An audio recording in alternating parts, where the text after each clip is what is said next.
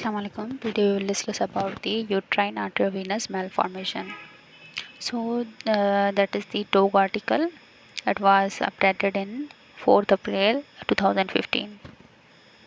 Introduction. Uterine arteriovenous malformations are the rare. They are usually acquired malformations that follow a pregnancy event and are diagnosed when the uterine bleeding remain uncontrolled despite the medical measure. अच्छा, वैसे तो ये rare होता है, पर ये होता कब है? These are the acquired malformation that occur after the pregnancy.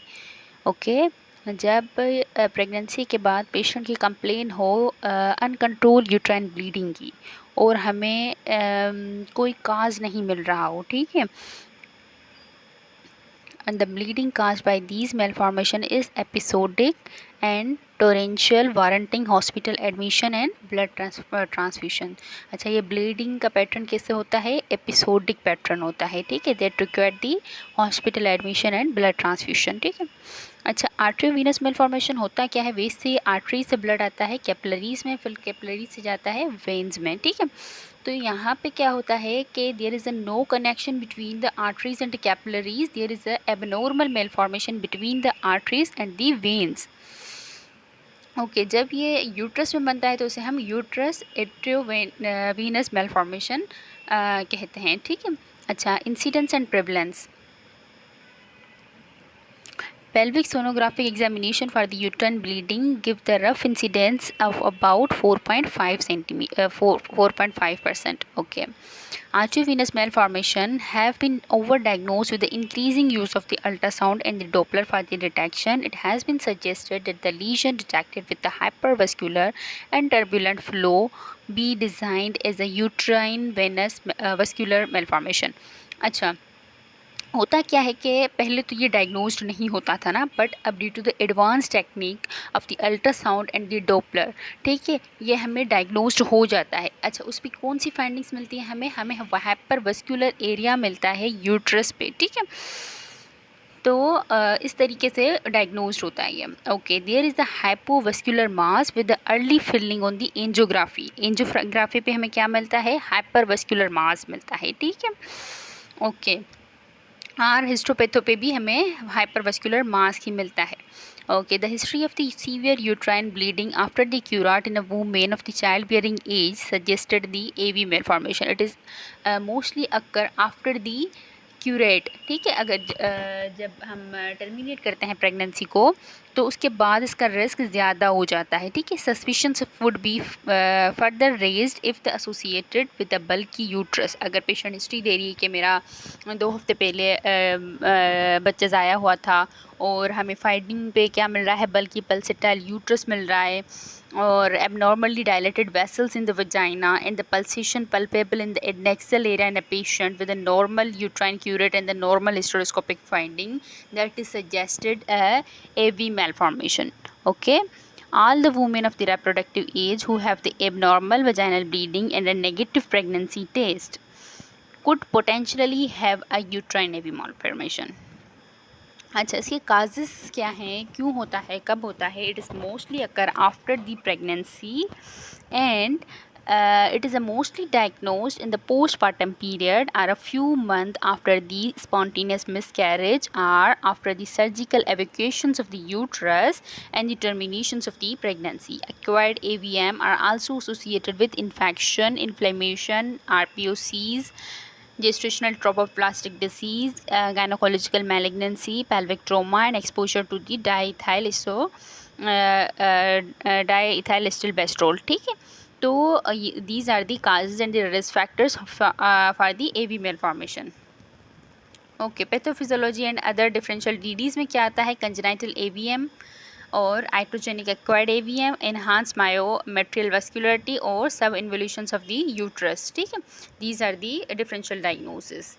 It is also uterine AVM following the GTD, ठीक है.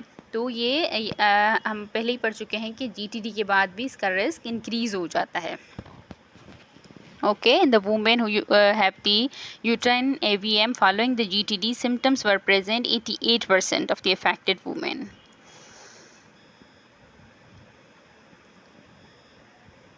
Okay, what are the clinical features of the, अच्छा काजेज़ तो हमें पता चल गया कि क्या होता है। It is occur mostly occur after the pregnancy के बाद हो सकता है, सर्जिकल एविक्यूशंस हो या टर्मिनेशन ऑफ प्रेगनेंसी हो, क्यूराट हुआ हो, ठीक है। तो फिर उसके बाद हो सकता है, जीटीडी के बाद हो सकता है, कंजेनाइटल्स भी होते हैं ये, ठीक है। अच्छा, उसके बाद ये इन्फेक्शंस की वजह से हो सकता है। और क्या काजेज़ थे इसके, इन्फ्लेमेशन के बाद हो सकता है, मैलिग्नेंसीज के बाद हो सकता है, और those women who are exposure to the डाइथाइल स्टिलबेस्ट्रोल, उनमें ज़्यादातर ये एवी मेल फॉर्मेशन होती है, ठीक है। So these are the cases. और हमें अल्ट्रासाउंड पे और डॉपलर पे क्या फाइंडिंग मिलेंगी ये भी मैं आपको बता चुकी हूँ, और एंजियोग्राफी पे हमें क्या फाइंडिंग मिलेगी ये भी मैं बता चुकी हूँ, ठीक है। अच्छा, उसके बाद है क्लिनिकल फीचर्स। क्लिनिकल फीचर्स में क्या आता है, it is important to consider the uterine AVM in the DDs of the unexplained intermittent heavy vaginal bleeding in the women with the reproductive age after the delivery are surgical procedures on the uterus. Although the imaging features of the congenital and acquired may be similar, and a thorough history may help to distinguish between the two, ठीक है। अच्छा, तो हमें history से ही पता चलेगा, otherwise दोनों के जो अल्ट्रासोनिक फीचर्स होते हैं वो दोनों के सेम होते हैं, ठीक है। और पेशेंट हमें कैसे प्रेजेंट करेंगी, present with the unexplained intermittent और episodic heavy vaginal bleeding occur in the reproductive age after the delivery or terminations of the pregnancy, ठीक है। या कोई भी प्रोसीजर हुआ हो, जैसे डीएनसी हुई हो उसके बाद। कंजेनाइटल लेजन कैसे प्रेजेंट करते हैं, मोस्टली सीवियर मेनोरेजा, मतलब जब से उसको मीनार की हुई हो तब से उसको हेवी पीरियड्स आ रहे हैं, ठीक है। That are not treated to the conventional therapy acquired at the traumatic are invariably associated one of the risk factor previously mentioned. The symptoms can appear very slowly or suddenly. Vaginal bleeding occur when the endothelial lining of the vessels in the AVM is disrupted, okay, such as the during the menstruations are curate. अच्छा, जो acquired होते हैं वो mostly pregnancy के बाद या DNC हुई है या कोई भी प्रोसीजर यूट्रस में हुआ उसके बाद पेशेंट प्रेजेंट करेगी हैवी ब्लीडिंग के साथ, तो वो होते हैं एक्वायर्ड। कंजेनाइटल सिंस मीनार की हो, जब से उसको पीरियड्स आ रहे हैं तब से वो हिस्ट्री देगी कि मेनोरेजिया है उसको। तो इस तरीके से हम हिस्ट्री के बेसिस पे हम दोनों को डिफ्रेंशिएट कर सकते हैं, अदरवाइज कंजेनाइटल और एक्वायर्ड की इमेजिंग में फाइंडिंग सेम होती हैं। Okay, traumatic are often present with the features of the suggestive arterial hemorrhage that tend to cause the episodic vaginal bleeding, which is the often torrential, leading to the significant anemia and even shock. Okay, sonographic findings suggested of the uterine AVM can be found in the women who present with the vaginal bleeding and the positive pregnancy test, ठीक है। अगर pregnancy test positive है तो उसमें भी हमें अल्ट्रासाउनिक findings मिल सकती हैं, ठीक है, एवीएम के। Under the circumstances, the pregnancy-related conditions such as the intrauterine pregnancy, ectopic pregnancy, RPOCs and the GTD should be considered, ठीक है। तो DDs में हम ये सारी चीज़ें रखेंगे और उसके साथ AVM भी रखेंगे। A combination of the history of the specific pattern of the vaginal bleeding and the negative pregnancy test and the characteristic features on the color Doppler should be used to diagnose the AVM. अच्छा, जब ultrasound हमने किया, patient हमारे पास था ही vaginal bleeding के साथ, ठीक है, तो उसका हमने प्रेगनेंसी टेस्ट उसकी क्या है, पॉजिटिव है, पर अल्ट्रासाउंड पे हमें क्या फाइंडिंग्स मिल रही हैं, एवीएम की फाइंडिंग्स मिल रही हैं, ठीक है। तो इस कंडीशन में हम जो डीडीज़ में रखेंगे वो प्रेगनेंसी रिलेटेड कंडीशन रखेंगे। It may be due to the intrauterine pregnancy हो सकता है, एवीएम जो हमें दिख रहा हो वो इंट्रायूटेराइन प्रेगनेंसी हो या एक्टोपिक हो या आरपीओसीज हो या जीटीडी हो, ठीक है। पर अगर पेशेंट प्रेजेंट कर रही है वजाइनल ब्लीडिंग के साथ और उसकी प्रेगनेंसी टेस्ट नेगेटिव है तो फिर हम डायग्नोसिस में एवीएम रखेंगे, ठीक है। So these are the differentiating points on the sonographic features. Okay, investigation traditionally uterine AVM were diagnosed after the hysterectomy with the histopathological evidence of the arteriovenous fistula. The gold standard for the diagnosis is the digital subtraction of the pelvic angiography. Okay, gold standard सी कौन सी है, angiography है। The procedure not only serve to confirm the diagnosis but allow the identification of the feeding vessels if the embolization। अच्छा, angiography के ज़रिए सिर्फ हम diagnosis नहीं करेंगे पर हमें पता चलेगा वेसल्स का, फीडिंग वेसल्स का, तो हम एम्बोलाइजेशंस भी कर सकते हैं, ठीक है। Okay, A full ultrasonic examination is a valuable cost-effective tool in screening and the initial जो investigation हमारी है वो क्या है, अल्ट्रासाउंड। ठीक है, अल्ट्रासाउंड पहले हम नॉर्मल अल्ट्रासाउंड करेंगे, 2D अल्ट्रासाउंड, ठीक है, फिर उसके बाद हम करेंगे ग्रे स्केल अल्ट्रासाउंड करेंगे, ठीक है, जिसमें हमें क्या मिलेगा, multiple tubular spongy anechoic and hypoechoic areas मिलेंगे मायोमेट्रियम में।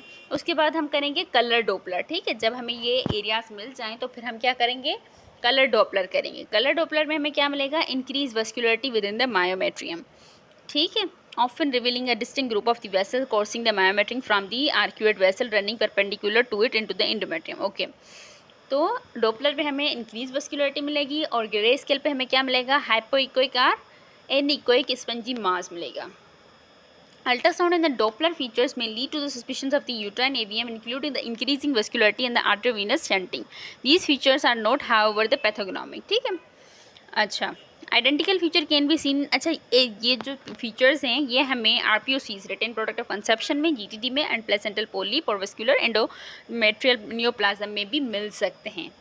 अच्छा, उसके बाद स्पेक्ट्रल डोपलर एनालिसिस, उसमें हम क्या देखेंगे, उनकी पीक वेलोसिटी देखेंगे। ठीक है, पीक सिस्टोलिक वेलोसिटी देखेंगे जो कि कितनी होनी चाहिए, 136 सेंटीमीटर पर सेकेंड, और RI कितना होना चाहिए, 0.3। The arterial channel show the low pulsatility and the venous waveform show the pulsatile high velocity flow। ठीक है, these findings suggested the AVM। अच्छा, it is recommended that the spectral Doppler be performed in all women who present with the recurrent heavy bleeding. Identifications of the AVM using the color and the spectral Doppler can assist in making the appropriate management plan, and the more importantly unnecessary cure can be avoided, thereby reducing the risk of the further life-threatening hemorrhage। Okay, okay, angiography when the uterine AVM has been, जब हमने diagnose कर लिया ultrasound पे हमें मिल रहा है कि AVM है इसको, ठीक है, तो फिर उसके बाद angiography can be reserve for those women who require the embolisation of the feeding. पर अब हमारी जो मैनेजमेंट ऑप्शन ये आ रहा है कि हम इसकी एम्बोलाइजेशन करें। ठीक है, पेशेंट हो सकता है हीमोडायनेमिकल स्टेबल ना हो या कोई और काज हो, तो हम एम्बोलाइजेशन करना चाह रहे हैं तो उससे पहले हम एंजियोग्राफी ज़रूर करेंगे। ठीक, okay, MRI, the characteristic appearance of the AVM on the spin echo sequence of the MRI are the multiple serpiginous flow related signal void within the lesion। अच्छा, तो इन्वेस्टिगेशन में हम क्या करेंगे, सबसे पहले जो इसकी इनिशियल इन्वेस्टिगेशन है वो है अल्ट्रासाउंड। ठीक है, grey scale ultrasound and the Doppler ultrasound. ठीक है, ये हम करेंगे। अच्छा, उसके बाद हम फर्दर कंफर्म करने के लिए एंजियोग्राफी करेंगे या एम्बोलाइजेशन से पहले हम एंजियोग्राफी भी करेंगे। ठीक है, अच्छा, MRI भी कर सकते हैं हम to check the blood flow pattern into the uterine AVM। ठीक है, ओके, अब मैनेजमेंट कैसे करेंगे, management depend upon the haemodynamic status. ठीक है, अगर पेशेंट हीमोडायनामिकली स्टेबल है, ठीक है, कोई इसको प्रेजेंट कंप्लेन ऐसी नहीं है, तो फिर हम उसे कंजर्वेटिवली मैनेज कर सकते हैं। Size and the site of the lesion पे भी डिपेंड करता है, degree of the bleeding, age and the desire for the future fertility.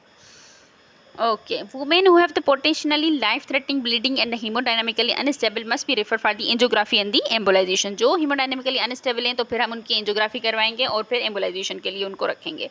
Women who present with the first episode of the bleeding and who are hemodynamically stable can be treated conservatively। In fact, many women who have the acquired AVM remain asymptomatic, suggesting that the acquired AVM can regress spontaneously। ठीक है, जो हीमोडायनामिकली unstable होंगी उनकी हम AVM उनकी हम embolisation करवाएंगे, और जो स्टेबल होंगी तो उनके हम कंजर्वेटिवली उनको छोड़ देंगे। ठीक है, खुद ब खुद रिग्रेस भी हो सकता है। Women who present with the recurrent bleeding despite the conservative measure must be considered for the embolization. अच्छा, एक पेशेंट हमारे पास आई है जो हीमोडायनामिकली स्टेबल थी, ठीक है, हमने उसको कंजर्वेटिव ट्रीटमेंट के लिए छोड़ दिया, पर उसको बार बार दोबारा ब्लीडिंग, रिकरेंट ब्लीडिंग हो रही है, तो फिर भी हम उसकी एम्बोलाइजेशन ही करवाएंगे। ठीक है, अच्छा,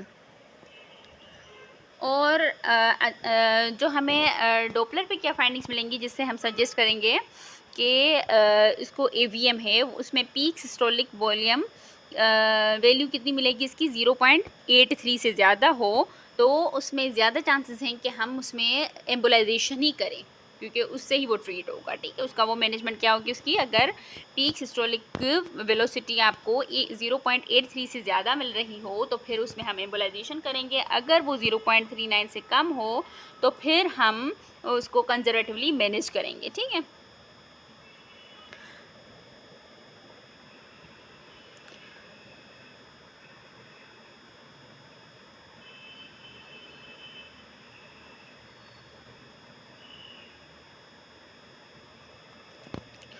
Okay.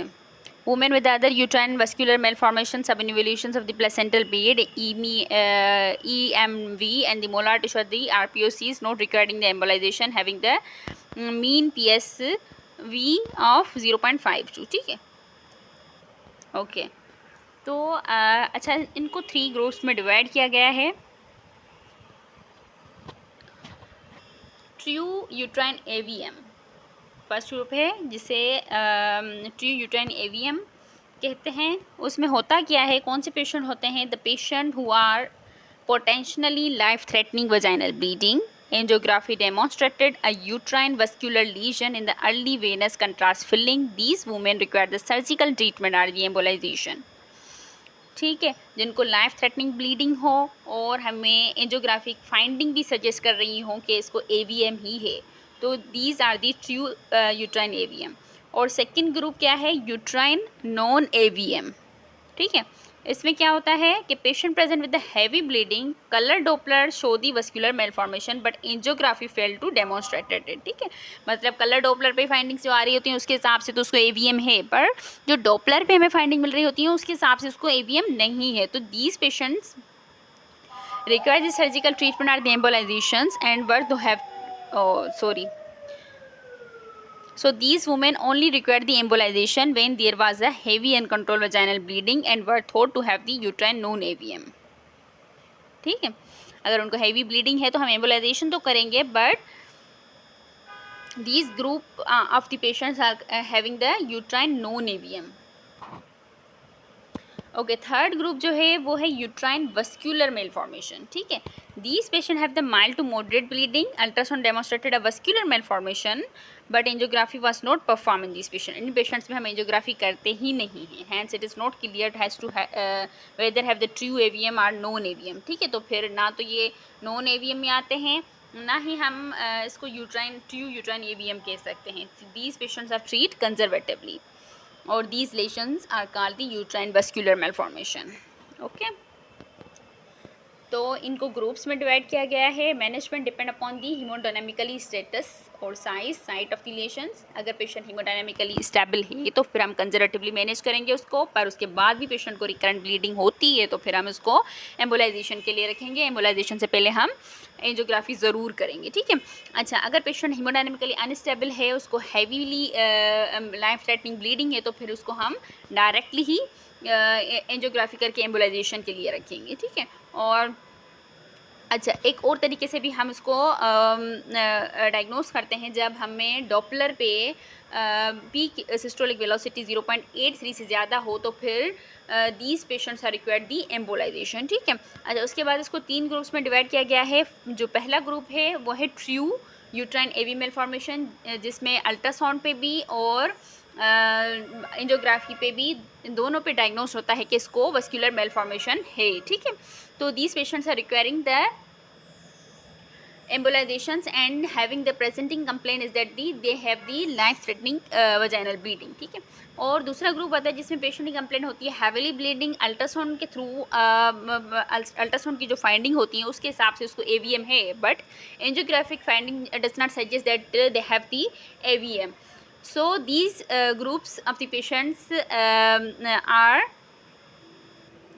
Thought to have the uterine non AVM, ठीक है। थर्ड ग्रुप जो हमारे पास आता है उसमें पेशेंट को माइल्ड टू मॉडरेट ब्लीडिंग होती है, पेशेंट हीमोडायनामिकली स्टेबल होता है, ultrasound suggested the vascular malformation. In patient में हम एंजियोग्राफी नहीं करते और इसे हम यूट्राइन वस्कुलर मेलफॉर्मेशन ही कहते हैं, ठीक है। So these are 3 groups, okay. और उसके बाद है सर्जिकल मैनेजमेंट। किन किन पेशेंट्स में हम सर्जिकल मैनेजमेंट करते हैं, और उसमें क्या क्या ऑप्शन आते हैं, एक तो एम्बोलाइजेशन और इंटरनल इलियक आर्टरी लाइगेशंस, तब हम करते हैं जब एम्बोलाइजेशन फेल हो जाए, ठीक है।